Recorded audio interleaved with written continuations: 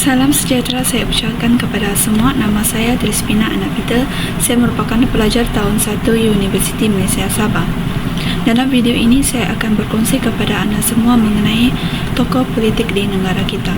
Tokoh politik seringkali menjadi cerminan kepada kepimpinan, integriti dan semangat untuk memperjuangkan perubahan. Dalam kehidupan saya terdapat seorang tokoh politik yang sangat memberikan inspirasi dan mempengaruhi cara saya melihat dunia.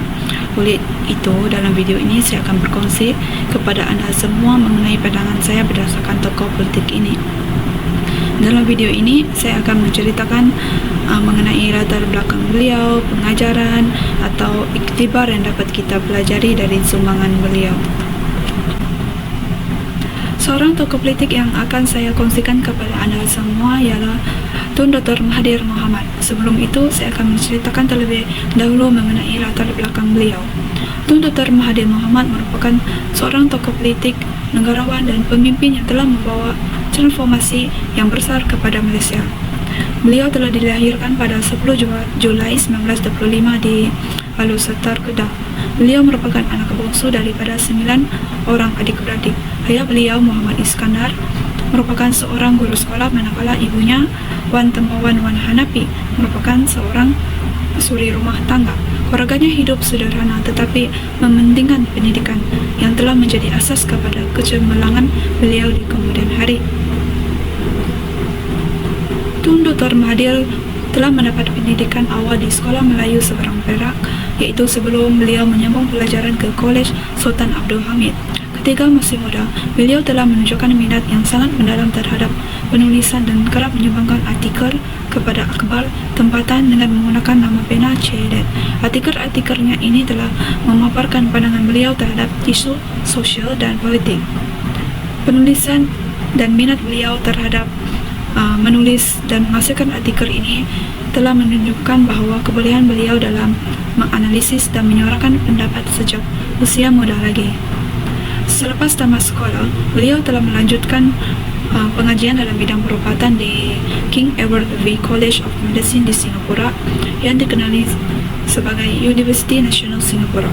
Beliau telah menamatkan pengajian pada tahun 1953 dan bekerja sebagai pegawai perubatan kerajaan sebelum membuka klinik pribadi, klinik Maha di Alusetar. Sebagai seorang doktor, beliau telah menjadi dekat dengan masyarakat biasa, di mana beliau dapat memahami keperluan, cabaran yang dihadapi oleh rakyat. Hal ini secara tidak langsung telah mempengaruhi pendekatan politiknya. Dengan itu bermulalah penglibatan Tun Dr. Mahathir dalam bidang politik. Minat Dr. Mahathir terhadap politik telah mula berkembang pada tahun 1940, iaitu ketika beliau melihat kesukaran yang dihadapi oleh rakyat semasa penjajahan British. Beliau telah menyertai UMNO yang dikenali sebagai Pertubuhan Kebangsaan Melayu Bersatu pada tahun 1946 dan mulai aktif dalam menyuarakan isu-isu yang melibatkan hak orang Melayu. Pada tahun 1994 pula, beliau telah memasuki parlimen sebagai ahli Dewan Rakyat bagi kawasan Kota Setar Selatan, yang menandakan bermulanya kerjaya beliau sebagai seorang ahli politik yang berpengaruh. Namun kerjayanya tidak bebas daripada cabaran. Pada tahun 1969 beliau telah digugurkan daripada UMNO berikutan kritikan terbuka terhadap kepimpinan Tunku Abdul Rahman. Semasa berada di luar pentadbiran, beliau telah menulis buku The Malay Dilemma pada tahun 1970 yang menjadi salah satu karya yang paling berpengaruh dalam memahami masalah sosioekonomi orang Melayu. Buku ini walaupun kontroversial tetapi memainkan peranan yang sangat penting dalam membentuk dasar-dasar yang akan beliau laksanakan sebagai seorang pemimpin.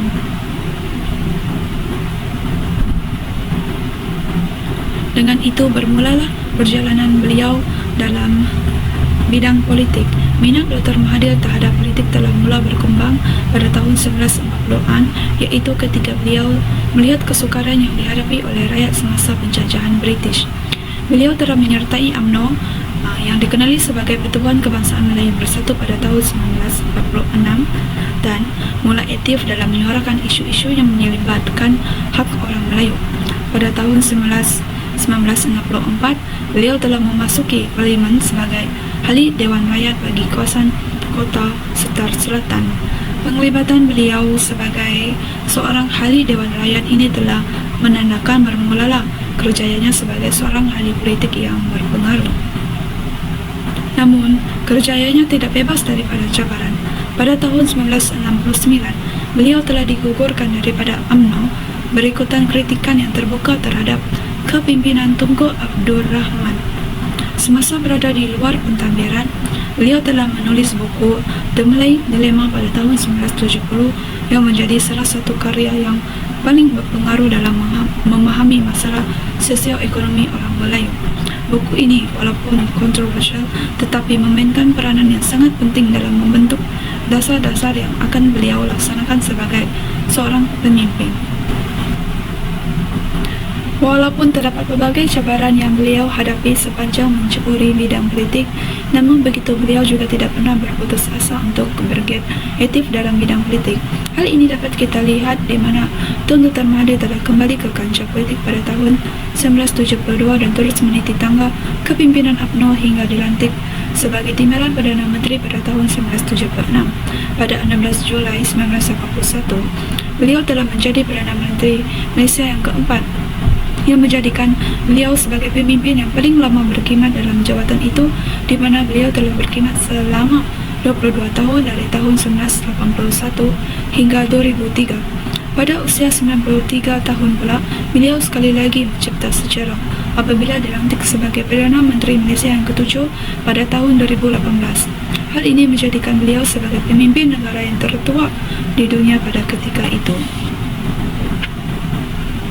Dengan latar belakang yang begitu kaya dengan pengalaman dan perjuangan, Tun Dr. Mahathir bukan sahaja dikenal sebagai seorang pemimpin yang berwawasan, tetapi juga sebagai seorang yang tidak pernah berputus asa untuk membawa perubahan kepada negara dan rakyat. Tun Dr. Mahathir merupakan contoh pemimpin yang berpegang teguh pada prinsip dan mempunyai keberanian untuk membuat keputusan yang sukar. Oleh hal yang demikian, terdapat beberapa ciri yang dapat kita pelajari dan jadikan contoh untuk menjadi seorang yang lebih baik pada masa hadapan. Ciri kepimpinan yang terdapat pada Tun Dr. Mahathir yang pertama iaitu mempunyai wawasan yang jauh ke hadapan. Tun Dr. Mahathir dikenali kerana keupayaannya untuk melihat masa depan dan membuat perancangan yang strategik. Wawasan 2020 yang diperkenalkan pada tahun 1991 merupakan bukti visi beliau untuk menjadikan Malaysia sebuah negara yang maju. Nilai ini telah ciri kepimpinan ini telah mengajar saya bahawa kejayaan memerlukan perancangan jangka panjang dan keyakinan terhadap matlamat. Selain itu, ciri kepimpinan yang ada pada Tun Dr. Mahathir ialah keberanian dan ketegasan. Beliau sentiasa berani dalam membuat keputusan yang mungkin tidak popular tetapi diperlukan untuk masa depan negara. Contohnya ketika krisis kewangan Asia pada tahun 1997, iaitu Tun Dr. Mahathir telah memilih untuk mendapat ringgit kepada dolar Amerika Syarikat yang merupakan satu langkah yang bertentangan dengan pandangan kebanyakan pakar ekonomi antarabangsa. Keputusan ini terbukti berjaya telah memulihkan ekonomi negara. Seterusnya, cinta kepada negara merupakan ciri kepimpinan yang ada pada diri Tun Dr. Mahathir. Semangat patriotisme beliau jelas dalam setiap tindakan dan keputusan yang diambil. Beliau sentiasa meletakkan kepentingan negara dan rakyat sebagai keutamaannya.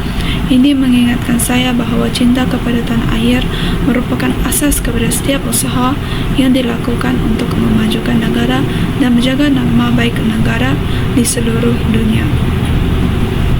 Terdapat satu peristiwa yang telah menjadi inspirasi kepada semua sepanjang kepimpinan Tun Dr. Mahathir. Salah satu peristiwa yang paling menginspirasi mengenai Tun Dr. Mahathir Mohamad ialah bagaimana beliau menangani krisis kewangan Asia pada tahun 1997 sehingga 1998. Ketika itu, ekonomi negara-negara Asia Tenggara telah menghadapi tekanan yang besar akibat serangan spekulasi mata wang yang menyebabkan nilai mata wang jatuh secara mendadak, termasuk ringgit Malaysia. Krisis ini tidak hanya melemahkan ekonomi negara, tetapi juga mengancam kestabilan sosial dan politik negara. Sebagai Perdana Menteri, Tun Dr. Mahathir telah mengambil langkah yang dianggap radikal pada tahun itu, yang dimana beliau telah menolak cadangan tabung kewangan antarabangsa IMF yang menawarkan pinjaman tetapi dengan syarat-syarat yang ketat. Syarat-syarat ini berpotensi untuk merugikan rakyat Malaysia. Sebaliknya, beliau telah membuat keputusan untuk mendapat nilai ringgit kepada dolar Amerika Syarikat USD pada kadar RM3.80 untuk mengawal kestabilan mata wang. Selain itu, beliau telah melaksanakan kawalan modal untuk menghalang spekulasi mata wang daripada terus melemahkan ekonomi negara.